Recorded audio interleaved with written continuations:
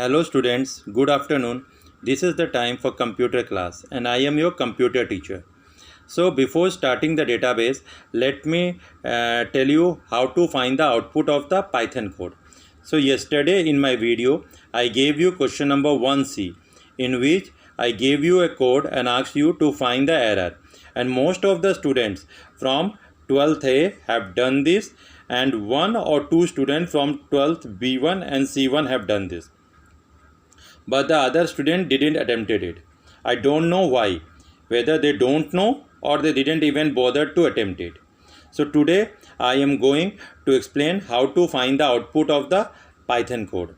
So this is a simple program which is of 2 marks, and this program and this question has been taken from the board examination of 2018 and 19.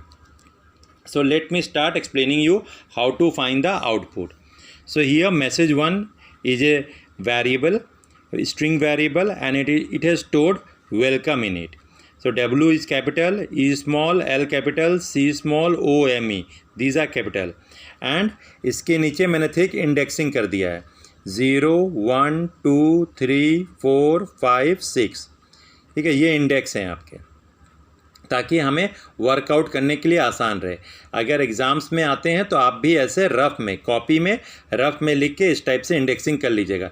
मैं आपको यहीं पे समझा रहा हूँ इसलिए ताकि बार बार मुझे ये क्वेश्चन और कॉपी को मतलब इधर उधर ना करना पड़े मोबाइल को. इसीलिए मैं एक ही जगह पे मोबाइल फिक्स करके समझा रहा हूँ ताकि आपको समझने में आसानी रहे.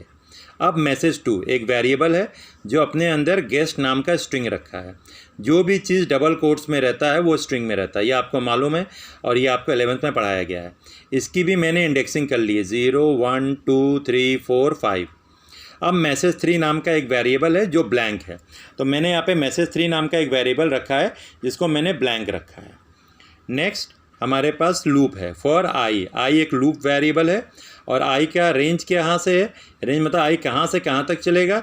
आई का स्टार्टिंग रेंज 0 है, मतलब 0 से कहाँ तक चलेगा, मैसेज 2 का लेंथ +1. तो ये मैसेज 2 है. मैसेज 2 का लेंथ कितना है, जब भी हम लेंथ काउंट करते हैं तो हम 1 से काउंट करते हैं, ध्यान रखिएगा. लेंथ 1 से काउंट किया जाता है और जो इंडेक्सिंग है वो आपका 0 से स्टार्ट होता है. तो 1 2 3 4 5 6, यानी लेंथ आपका 6 + 1 यानी 7, यानी आई जो है वो 0 से स्टार्ट होगा और लेस देन 7 तक जाएगा यानी 6 तक जाएगा. तो आई की वैल्यू स्टार्टिंग में 0 है. हम अंदर आए लूप के, यहाँ पे हमें इफ़ मिलता है. इफ़ मैसेज 1 का आई की वैल्यू क्या है इस समय 0. तो मैसेज 1 पे हमें जाना है और उसके 0 इंडेक्स को देखना है. हम मैसेज 1 पे गए और मैसेज 1 पे हमने इसे आई मान लिया यहाँ पे, क्योंकि 0 आई की वैल्यू क्या है 0, इसलिए हमने इसे 0 मान लिया. यहाँ पे क्या है W, कैपिटल W, ध्यान रखिएगा कैपिटल और स्मॉल में बहुत फ़र्क होगा यहाँ पे. तो ये कैपिटल W है. तो यहाँ पे मैसेज 1 का आई मतलब ये capital W. Capital W greater than equal to A, हाँ कंडीशन ट्रू है. कैपिटल W A से ग्रेटर होता है. एंड आगे बढ़े, मैसेज 1 का आई, मैसेज 1 के आई में क्या था हमारे W, क्या less than equal to M है, नहीं, ये कंडीशन फॉल्स हो गई. जब ये फॉल्स हो गई तो हम इस पे नहीं आए, हम डायरेक्ट एलिफ पे आ गए. एलिफ पे आ गए तो फिर एलिफ पे गए. मैसेज 1 का आई, मैसेज 1 के आई में हमें क्या मिला था कैपिटल W, तो यहाँ पे हमें कैपिटल W है. क्या greater than equal to N, हाँ कंडीशन ट्रू. एंड मैसेज 1 का आई क्या less than equal to Z है, हाँ मैसेज 1 का i less than equal to Z, सही है. तो यहाँ पे हमारा कंडीशन फुलफिल हो रहा है क्योंकि W N से ग्रेटर है और Z से लेस है. तो हमें कहा गया मैसेज 3 जो ब्लैंक है उसमें मैसेज 2 का आई की वैल्यू कितनी है लूप में हमें 0 है. तो मैसेज 2 के जो 0 पे है, मैसेज 2 के 0 इंडेक्स पे क्या है कैपिटल G. कैपिटल G को मैसेज 3 में ऐड कर दीजिए. तो मैसेज 3 पहले ब्लैंक था, अब यहाँ पे कैपिटल G आ गया. कैपिटल G आने के बाद आई अपने आप, अब एल्स पे जाएगा नहीं, आई अपने आप इंक्रीमेंट हो गया यहाँ पे जैसे आया. अब यहाँ पे आया आई की वैल्यू 1 हो चुकी है और 1 लेस देन 7 तक चलेगा, कंडीशन ट्रू है, आई की वैल्यू 1 है. अब फिर इफ़ पे आए, मैसेज 1 का आई की वैल्यू 1 है. तो ध्यान रखिएगा मैसेज 1 का आई, अब आई की वैल्यू क्या है 1, यानी आई अब यहाँ पर है, आई अब यहाँ पर आ गया 1 इंडेक्स पे. 1 इंडेक्स पे क्या मिल रहा है स्मॉल ई. तो ध्यान रखिएगा, जो स्मॉल लेटर्स होते हैं, जो capital A to capital Z, इनकी जो एस्काई कोड होती है वो होती है 65 से 90, और जो small a to small z होता है उनका स्काई कोड होता है 97 से 122। तो यानी जो स्मॉल कैरेक्टर्स होते हैं वो हमेशा कैपिटल कैरेक्टर से ग्रेटर होते हैं, ये ध्यान रखिएगा। तो यहाँ पे हमें i की वैल्यू क्या मिल रही है, जी मतलब स्मॉल ई। तो हम यहाँ पे आए, मैसेज 1 का i मतलब स्मॉल ई क्या ग्रेटर देन ए है, हाँ कंडीशन ट्रू, क्योंकि जो स्मॉल लेटर्स होते हैं वो हमेशा ग्रेटर होते हैं कैपिटल लेटर से। और क्या मैसेज 1 का i यानी जो ई है क्या वो लेस देन एम है, नहीं, ये फॉल्स हो गया। तो मतलब इफ़ वाली कंडीशन आपकी फॉल्स हो गई। हम एलिफ पे आए, मैसेज 1 का i क्या greater than equal to n है, तो मैसेज 1 हाँ जो ई है वो greater than equal to n है। फिर यहाँ पे मैसेज 1 का i मतलब स्मॉल ई क्या less than equal to z है, नहीं, ये फॉल्स है। तो ये वाली कंडीशन भी फॉल्स हो गई। और अब हम आए एल्स पे मैसेज 3 में क्या स्टोर है, पहले जी, अब कह रहा है वहाँ पे स्टार को और स्टोर कर दीजिए, उसी में ऐड कर दीजिए, जो जी में स्टार आपका ऐड हो गया। अब यहाँ से फिर ऊपर आया, अब आई की वैल्यू हो गई आपकी 2, आई में 1 था, अब आई की वैल्यू आपकी 0 हो चुका था, 1 हो चुका था, अब आई की वैल्यू हो गई 2 लेस देन 6, कंडीशन ट्रू। यहाँ अब फिर आए मैसेज 1 का आई में क्या है 2, तो ये 0 इंडेक्स 1 ये 2, यानी आई अब यहाँ पर है, ये क्या है कैपिटल एल है। तो यहाँ पे आया क्या capital L greater than equal to ए है, हाँ yes condition true, capital L greater than equal to ए है। एंड क्या मैसेज 1 का आई मतलब कैपिटल एल क्या less than equal to M है, हाँ ये भी सही है क्योंकि L less than equal to M होता है। सो हम नेक्स्ट इसके अंदर आए, मैसेज 3 में ये स्टोर्ड है, और प्लस कह रहा है मैसेज 1 का आई, तो ये मैसेज 1 है, मैसेज 1 के आई में क्या है एल, तो यहाँ पे एल को इसी में ऐड कर दीजिए। तो हमने एल को यहाँ पे ऐड कर दिया। अब ये एलिफ पे जाएगा नहीं, एल्स पे जाएगा नहीं, वापस गया आई पे, अब आई की वैल्यू हो गई 3 लेस देन 7, कंडीशन ट्रू है। फिर इफ़ में आया मैसेज 1 का आई की वैल्यू क्या है 3, तो मैसेज 1 के 3 पे क्या है स्मॉल सी, तो क्या small c greater than equal to ए है, नहीं, यहाँ पे ये कंडीशन हो गई आपकी फॉल्स, क्योंकि जो स्मॉल लेटर्स होते हैं वो हमेशा ग्रेटर वो हाँ यहाँ पे जो स्मॉल लेटर होते हैं हाँ वो हमेशा ग्रेटर होंगे। तो यहाँ पे तो कंडीशन फुलफ़िल कर रही है, लेकिन यहाँ पे आके वो कंडीशन फॉल्स हो जा रही है, यानी ये इफ़ वाला आपका जो कंडीशनल स्टेटमेंट है ये फॉल्स जाएगा, क्योंकि दोनों ए और एम कैपिटल हैं और हम उसको किससे कंपेयर कर रहे हैं, स्मॉल से। तो यहाँ पे ये स्टेटमेंट फॉल्स हो गया, तो इस पर वो नहीं जाएगा। फिर यहाँ पे आया मैसेज 1 का मैसेज 1 के आई में क्या है स्मॉल ई, क्या small e greater than equal to N है, हाँ कंडीशन ट्रू। और क्या मैसेज 1 का आई मतलब स्मॉल ई क्या लेस देन जेड है, नहीं ये फॉल्स है, तो ये भी फॉल्स हो गया। एल्स पे आया, मैसेज 3 में ये स्टोर्ड है, अब यहाँ पे स्टार स्टोर कर दीजिए, यहाँ पे हमने स्टार स्टोर कर दिया। फिर वापस जैसे ऊपर गया यहाँ पे आई में इंक्रीमेंट हो गया, आई की वैल्यू हो गई 4, जब 4 हो गया तो यहाँ पे आया मैसेज 1 का आई मतलब 4, यहाँ पे क्या है कैपिटल ओ, तो ए क्या capital O greater than equal to ए है, हाँ। क्या मैसेज 1 का आई मतलब कैपिटल ओ क्या less than equal to M है, नहीं ये फॉल्स है।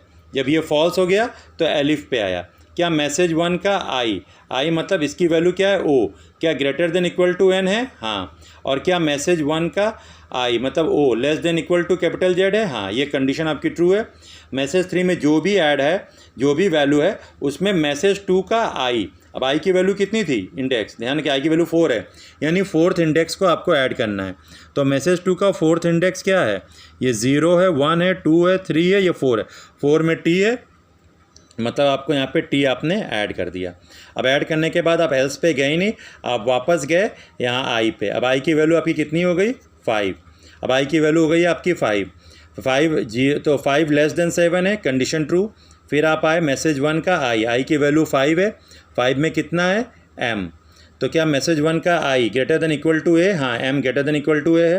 एंड मैसेज 1 का आई क्या less than equal to M है, तो एम लेस तो नहीं है लेकिन एम इक्वल टू एम है, कंडीशन ट्रू। मैसेज 3 में आपका जो भी स्टोर था, मैसेज 3 में आपका ये स्टोर है, प्लस मैसेज 1 का आई में क्या स्टोर है आपका, मैसेज 1 का आई में एम स्टोर है, तो एम को हमने मैसेज 3 में ही और ऐड कर लिया, तो यहाँ पे आपका एम आ गया। अब एलिफ पे जाएगा नहीं, एल्स पे जाएगा नहीं, वापस आई के पास गया। अब आई की वैल्यू इंक्रीमेंट हो गई, आई में हो गया आपका 6। तो आई की वैल्यू लेस देन 6, आई की वैल्यू आपकी 6 है और 6 लेस देन 7 होता है, कंडीशन ट्रू है। अब यहाँ पे आए, जब यहाँ पे आए तो यहाँ पे फिर मैसेज 1 का आई की वैल्यू कितनी है 6, तो मैसेज 1 के 6 पे हमारा क्या है, कैपिटल ई है। तो जैसे कैपिटल ई आया, कैपिटल ई क्या ग्रेटर देन इक्वल टू ए है, हाँ। क्या capital E less than equal to small m है, हाँ। तो ये less than equal to small m है। तो मैसेज 3 में जो भी है, मैसेज 3 में आपका ये हमने अभी तक वैल्यू स्टोर कर रखा है। तो हमें यहाँ पे क्या मिला, मैसेज 1 का आई, मैसेज 1 के आई में ई है, ई ग्रेटर देन इक्वल टू ए है, ट्रू। और मैसेज 1 के आई में जो ई है वो less than equal to M है, ये भी ट्रू है। तो मैसेज 1 के आई में क्या है, ई को मैसेज 3 में ही जो है उसी में ऐड कर लेना है, यानी हमने ई को यहीं पे ऐड कर लिया। आपका जो मैसेज 3 में जो वैल्यूज़ थे उन्हीं में ई ऐड हो गया। अब उसके बाद आई की वैल्यू हो गई 7, क्योंकि अब एलिफ पे जाएगा नहीं, एल्स पे जाएगा नहीं। तो आई की जैसे आई ऊपर गया, आई की वैल्यू हो गई 7, 7 और 7। यहाँ पे आई की वैल्यू फॉल्स हो गई। जैसे आई की वैल्यू फॉल्स हो गई, हम लूप से बाहर आए, यहाँ पे लिखा हुआ है print message 3, and so message 3 में आपका ये आउटपुट आ रहा है और ये आपको आउटपुट लिखना है। तो इस टाइप से आप आउटपुट निकालते हैं। लेकिन यहाँ पे एक चीज़, बेसिक चीज़ फिर मैं आपको जो रिवाइज़ करा दे रहा हूँ वो ध्यान रखिएगा। जो स्मॉल लेटर्स होते हैं वो हमेशा ग्रेटर होते हैं कैपिटल लेटर से, क्योंकि जो स्मॉल लेटर का एस्काई कोड होता है वो आपका 97 से 122 होता है, और जो कैपिटल लेटर का एस्काई कोड होता है वो 65 से 90 होता है, क्योंकि 97 always greater than 65 and 122 always greater than 90। So small a to z जो होते हैं वो हमेशा ग्रेटर होते हैं कैपिटल ए टू जेड से। सो ये मैंने आपको कोशिश की कि आपको समझा सकूं कि कैसे आउटपुट निकाला जाता है। आप इसी टाइप से एक बार इसे अपने से कोशिश कीजिए और फिर ट्राई कीजिए, और अगर कोई प्रॉब्लम आती है तो आप मुझे इसको पूछ सकते हैं व्हाट्सएप में मैसेज सेंड करके, या जब जी मीट के क्लासेस चलेंगे तब आप इस बारे में मुझे पूछ सकते हैं। Now we start the database.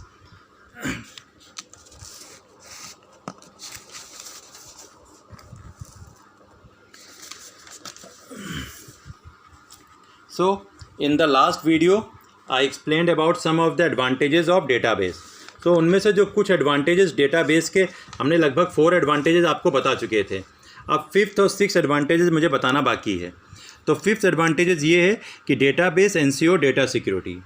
तो कह रहा जो भी इंफॉर्मेशन डेटाबेस में रखी जाती है वो काफ़ी ग्रेट इंपॉर्टेंस की होती है, चाहे वो बड़ी बड़ी कंपनियां हों, बड़ी बड़ी ऑर्गेनाइजेशंस हों, कॉरपोरेशंस हों, उन सब के लिए वो इन्फॉर्मेशन काफ़ी इंपॉर्टेंट होता है।